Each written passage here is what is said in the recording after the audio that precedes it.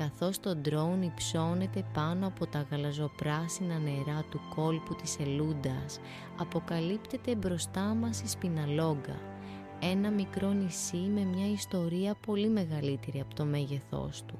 Από ψηλά, τα ενετικά τείχη μοιάζουν σχεδόν άθικτα στο χρόνο.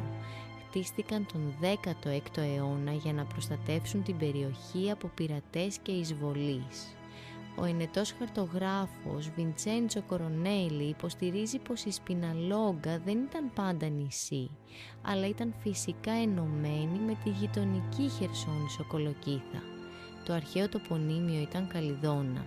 Οι ενετοί διαμόρφωσαν το όνομα Σπιναλόγκα, το οποίο χρησιμοποίησαν τόσο για το λιμάνι όσο και για τη βραχονησίδα στην είσοδό του.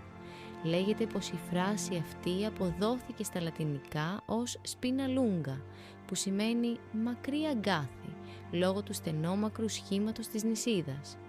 Όμως η πραγματική ιστορία του νησιού δεν γράφτηκε μόνο από μάχες, αλλά από ανθρώπινες ζωές.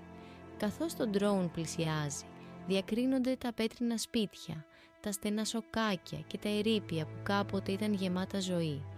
Εδώ, στις αρχές του 20ου αιώνα, δημιουργήθηκε μία από τις πιο γνωστές αποικίες λεπρών στην Ευρώπη. Άνθρωποι από όλη την Ελλάδα έφταναν εδώ, απομονωμένοι από τον υπόλοιπο κόσμο, αλλά όχι χωρίς ελπίδα. Το 1925 αναλαμβάνει διευθυντής του λεπροκομείου ο ιατρός Εμμανουήλ Γραμματικάκης, ενώ το 1927 η Σπιναλόγκα δέχεται επίσκεψη από τον Γάλλο νομπελίστα ιατρό Σαρλς Νικόλ, ένδειξη του διεθνούς ενδιαφέροντος για το ίδρυμα και τη σημασία του στον αγώνα κατά της λέπρας. Η ουσιαστική βελτίωση των συνθηκών διαβίωσης στη Σπιναλόγκα ξεκινά όταν οι ίδιοι οι ασθενείς ιδρύουν την αδελφότητα ασθενών Σπιναλόγκας Άγιος Παντελεήμων.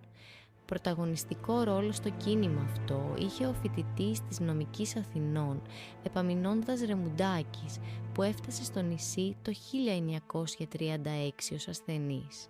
Αν κοιτάξεις προσεκτικά, θα δεις πως η Σπιναλόγκα δεν ήταν απλώς ένας τόπος εξορίας.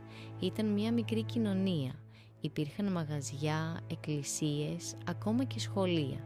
Οι άνθρωποι εδώ πάλεψαν να ζήσουν με αξιοπρέπεια, να αγαπήσουν, να δημιουργήσουν παρά τις δυσκολίες. Η θάλασσα γύρω της παραμένει ήρεμη, σχεδόν γαλήνια. Δύσκολο να φανταστεί κανείς ότι αυτά τα νερά κάποτε ήταν το σύνορο ανάμεσα στην ελπίδα και την απομόνωση. Για πολλούς, το πέρασμα προς τη Σπιναλόγκα δεν ήταν απλώς ένα ταξίδι, ήταν μια νέα πραγματικότητα. Στα τέλη της δεκαετίας του 1940 και στις αρχές του 50 πραγματοποιούνται βελτιώσεις στις υποδομές, όχι όμως και στην ιατρική περίθαλψη. Αν και η θεραπεία για τη λέπρα είχε ήδη ανακαλυφθεί το 1941, στη Σπιναλόγκα εφαρμόζεται μόλις το 1948 με θεαματικά αποτελέσματα. Η σταδιακή εκένωση του νησιού αρχίζει το 1956. Το 1957 οι τελευταίοι περίπου 30 ασθενείς μεταφέρονται στον αντιλεπρικό σταθμό του νοσοκομείου Λιμωδών νόσων Αγία Βαρβάρα στην Αθήνα και το λεπροκομείο της Σπιναλόγκας κλείνει οριστικά. Η Σπιναλόγκα δεν είναι απλώς ένας ιστορικός προορισμός, είναι ένα ζωντανό μνημείο ανθρώπινης αντοχής, μνήμης και ελπίδας. Καθώς η κάμερα απομακρύνεται, το νησί μοιάζει ξανά ήσυχο και ίσως, κοιτώντας την από ψηλά, να καταλαβαίνεις πως κάθε πέτρα της έχει κάτι να σου ψιθυρίσει, αν είσαι διατεθειμένος να ακούσεις.